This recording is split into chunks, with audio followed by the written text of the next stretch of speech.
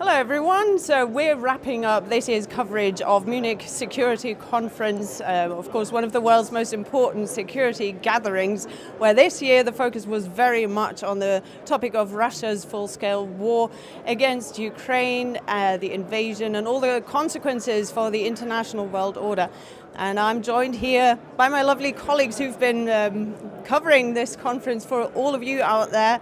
DW's Chief International Editor Richard Walker and Shamil, who works for DW's Asia desk. And we just want to give you some of our highlights. So Richard, what stood out for you this year?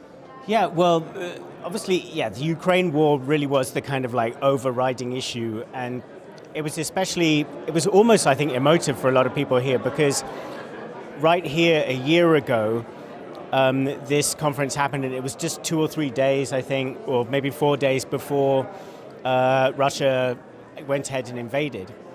And Volodymyr Zelensky, the Ukrainian president, came here. He flew out of Ukraine. He came here, just as though that huge,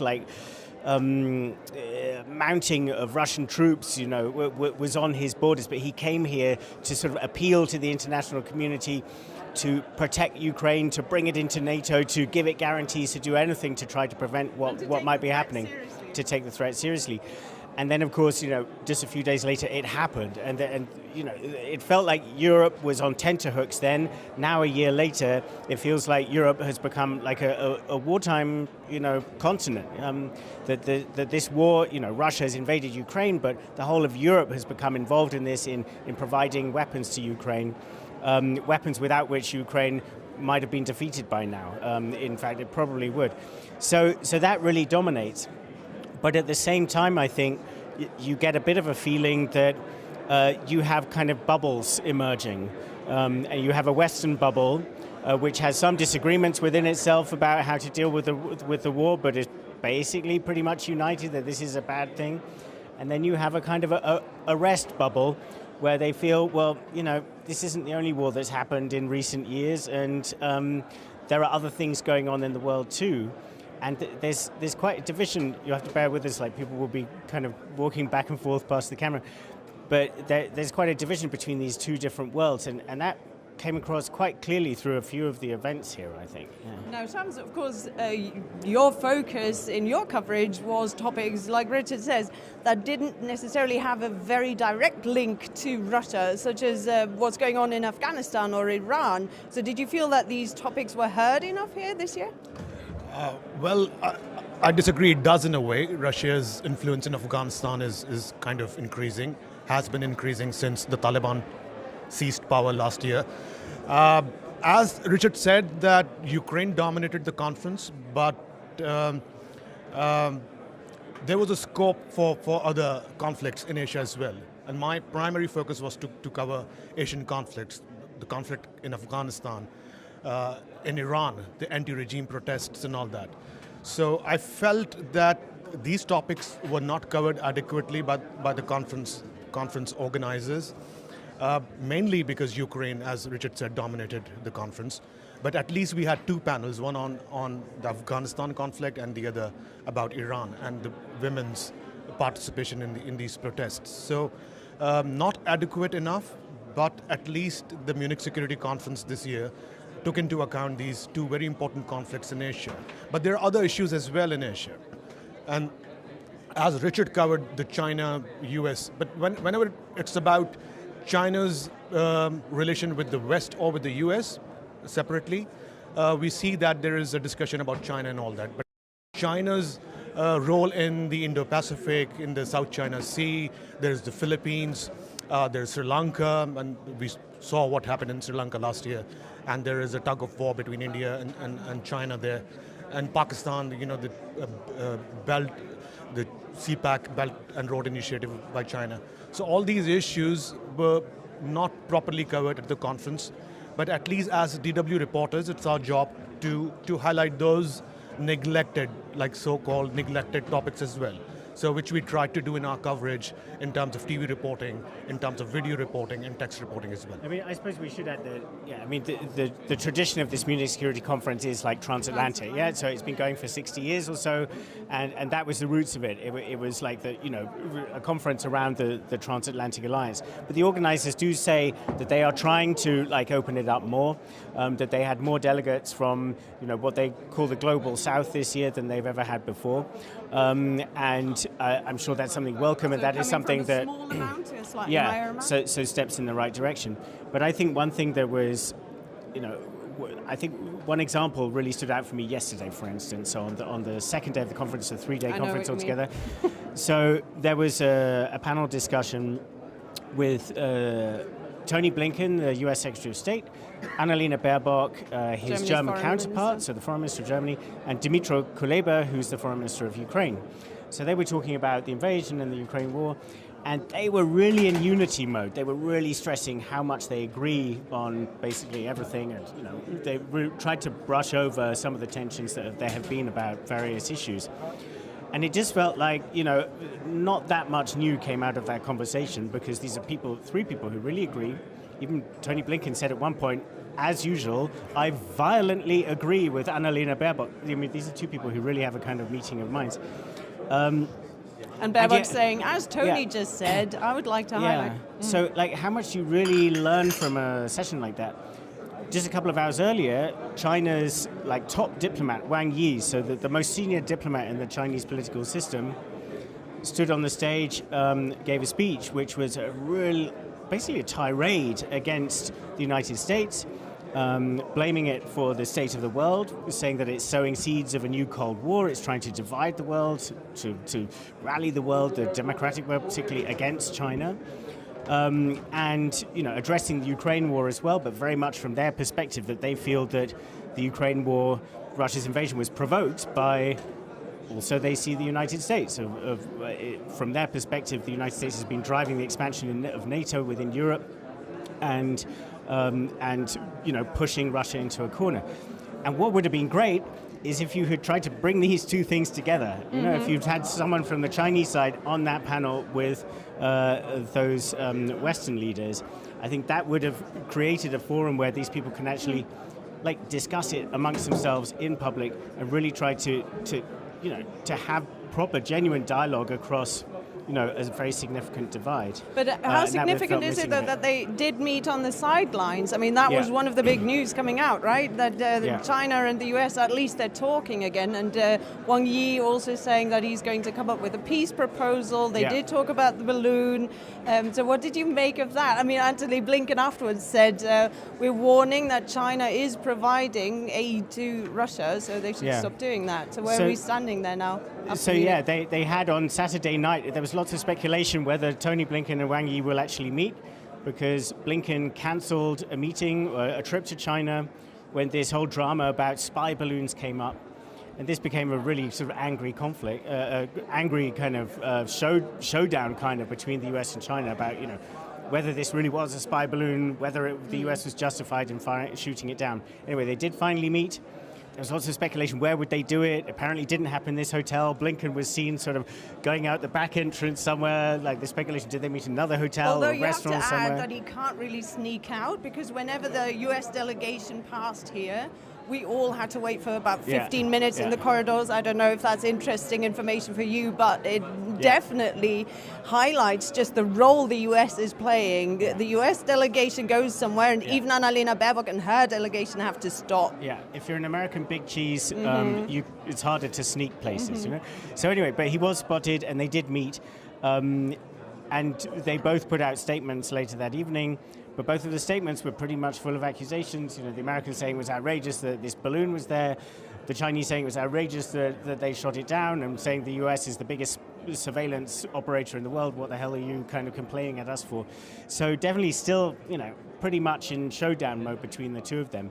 But the Chinese do say they're going to bring up a supposed peace plan, and I think I'm interested to hear your view on that, Shams, because that peace plan, what we're hearing about it is it's quite likely to say, okay, there needs to be a ceasefire, and that there should be no further supply of weapons into Ukraine. That's going to put Western countries on the spot, because they are providing weapons to Ukraine. How do you think a plan like that, assuming that's the way it comes out, that could be something that has a lot of attractions, I'm sure, in other parts of the world where they think, well, yeah, if you can stop the war, let's stop it, right? Well, that's what I think, that these conflicts aren't related. They're linked to each other. Yeah. So whatever is happening in Iran at the moment is, the Iranian drones being used by Russians to attack Ukraine. And that is something which you cannot isolate these conflicts. You cannot separate them. So that is very important. And the Afghanistan conflict becomes very important when some terrorist attack takes place, like the emboldening of the Taliban in Afghanistan and the Chinese support, because China is investing heavily in Afghanistan right now as we speak. And that becomes a cause of concern for the West, and it becomes a global problem when the Taliban becomes even more stronger, and then the other militant groups, militias, become stronger in that part of the world, and they somehow launch an attack elsewhere in the world. That becomes a global highlight. So why wait for these issues to, as you said about the Chinese, the ceasefire and all that, China can play a big role to diffuse the conflict, to maybe even force Russia to kind of go to the negotiating table and discuss all these issues. But the problem is that who's going to force China? And we see that even Russia and China are being supported by, or they have kind of links with a lot of Asian countries right now, in terms of, like, as I mentioned, Iran, and in terms of what the sanctions in Iran that Iran supplies. Iran has trade links with on backdoor channels with Russia. India, for instance, is having good ties with Moscow at the moment, buying gas, cheap gas and all that. Pakistan is considering the same. So all these issues, in my opinion, are interlinked. We should not look at them in isolation.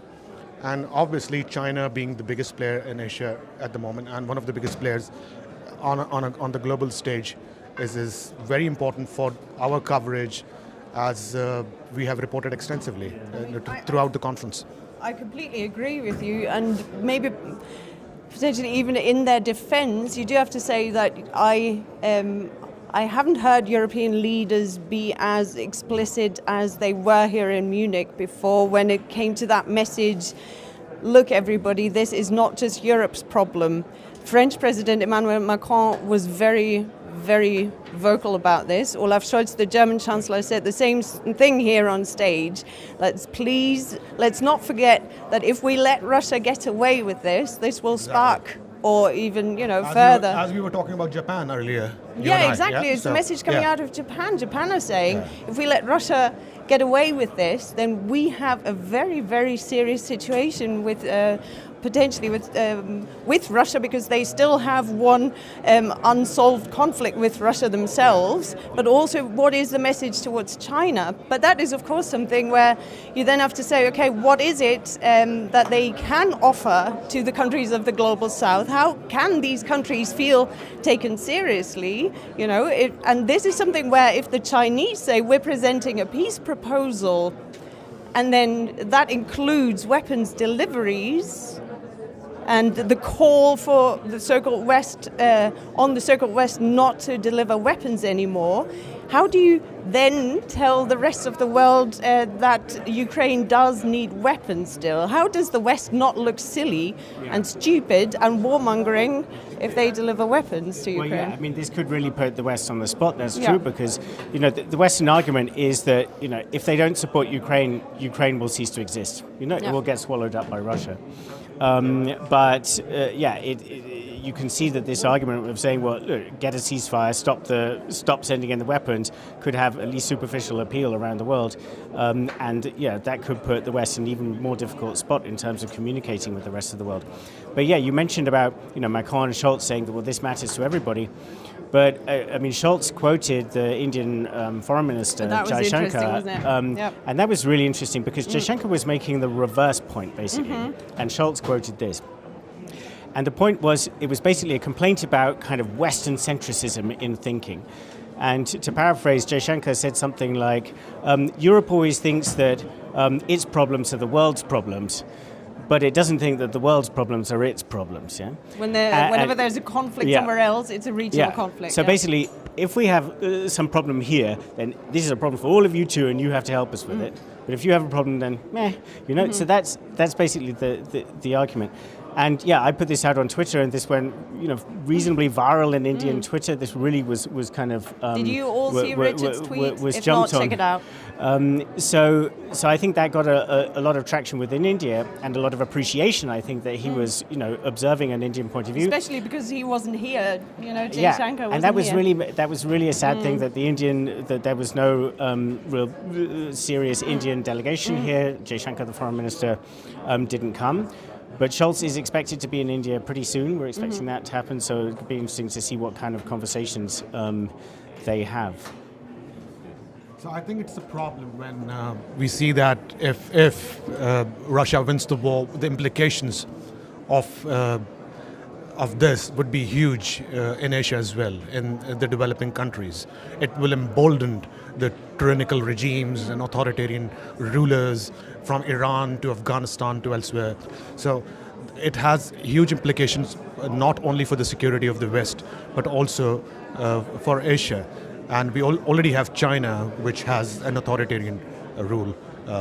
So all this is important for not only for the West and the international community, but like I said, that smaller nations from, like I said, the Philippines to Sri Lanka to Japan and to Taiwan, for instance, is what the consequences of Russia's emerging victorious in this war will have huge consequences in Taiwan as well. Yeah.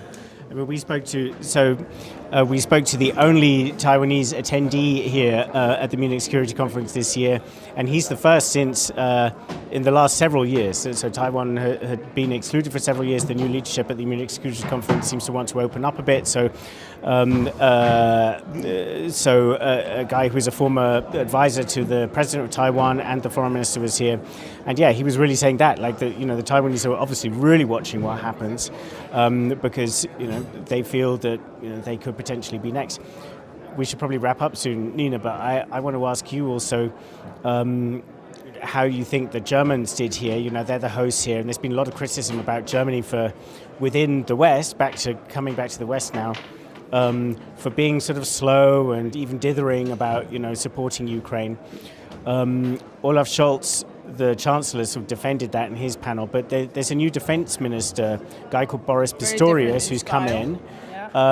So he's going to become quite a key player. A lot of people won't know about him yet. What can you tell us about him, and is that going to make a bit of a change, do you think, to Germany's attitude to this war?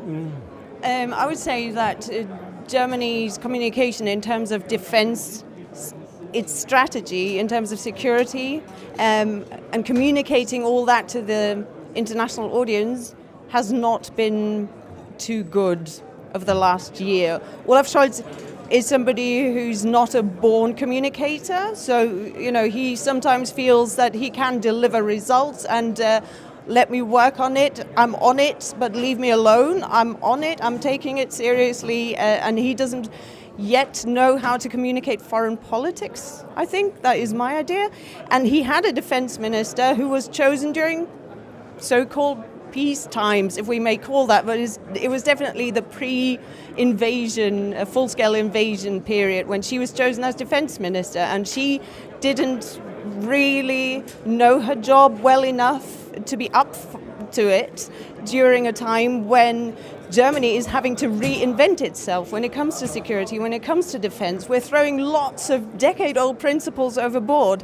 For the very first time, Germany is delivering modern weapons to an active crisis zone. And this is something where you do need very good communicators. And Boris Pistorius, the new guy, is doing a very good job. Even the opposition are saying that. They say, we would have preferred his predecessor to stay on for a bit. It would have made our job a bit easier to challenge the government. And he gave quite a remarkable speech yesterday, I thought, where he said Ukraine must win. Now, to some people this might sound obvious, but not to the German government. There's a lot of argument, there's a lot of debate. How do you phrase this? And Olaf Scholz, the German Chancellor, still hasn't said it. So that's... So he said something like, Russia must not win, yeah, but not Ukraine Olaf must Scholz win. keeps saying Putin must not prevail with his imperialism and revisionism. But Boris Pistorius coming out and saying Ukraine must win is not just rhetorically interesting, but of course it does mean concrete consequences. If we want them to win, that is a completely different goal to they must not lose. Yeah. So this is definitely interesting to watch. Also, of course, what I thought was interesting to watch was how suddenly, compared to January, the German government is finding itself in a completely different position. If you all remember the debate about the battle tanks, is Germany going to deliver those Leopard 2s, isn't it?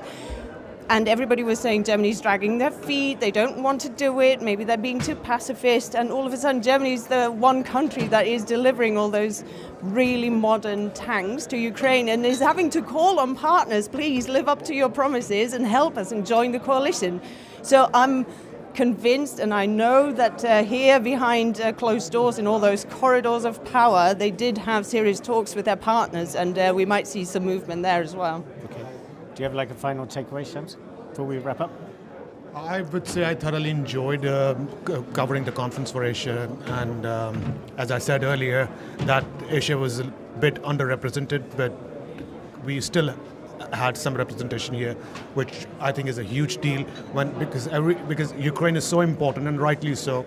We still have some discussions about Afghanistan and Iran, and we had so many activists here coming from Iran, the women, feminist activists and all. So it was really personally very, very heartening to meet all these people, to learn from their experiences, to work with the wonderful DW colleagues from different departments and languages from Bonn to Berlin. So personally, I felt very, very gratified and grateful for the opportunity. And I hope our viewers and readers are enjoying our coverage, reading our articles, and watching our reports.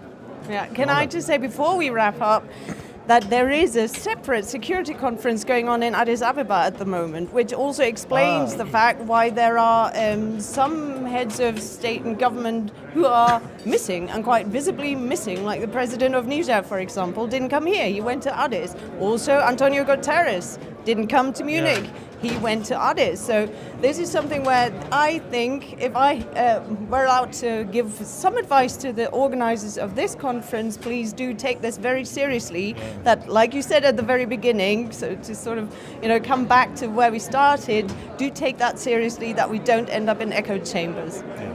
Okay, shall we wrap it up? So. Yep. It was good to chat, and thanks for watching. And we'd like to hear from you, like if you've been following the conference, if there are things that you found particularly interesting, troubling, things that you like. Or if you completely disagree with us, let us know. Then let us know in the comments, and also if there are issues, if there are issues that have come up here at the conference that you'd like us to do some more coverage of, put it in the comments, and we'll check it out. All right, thanks.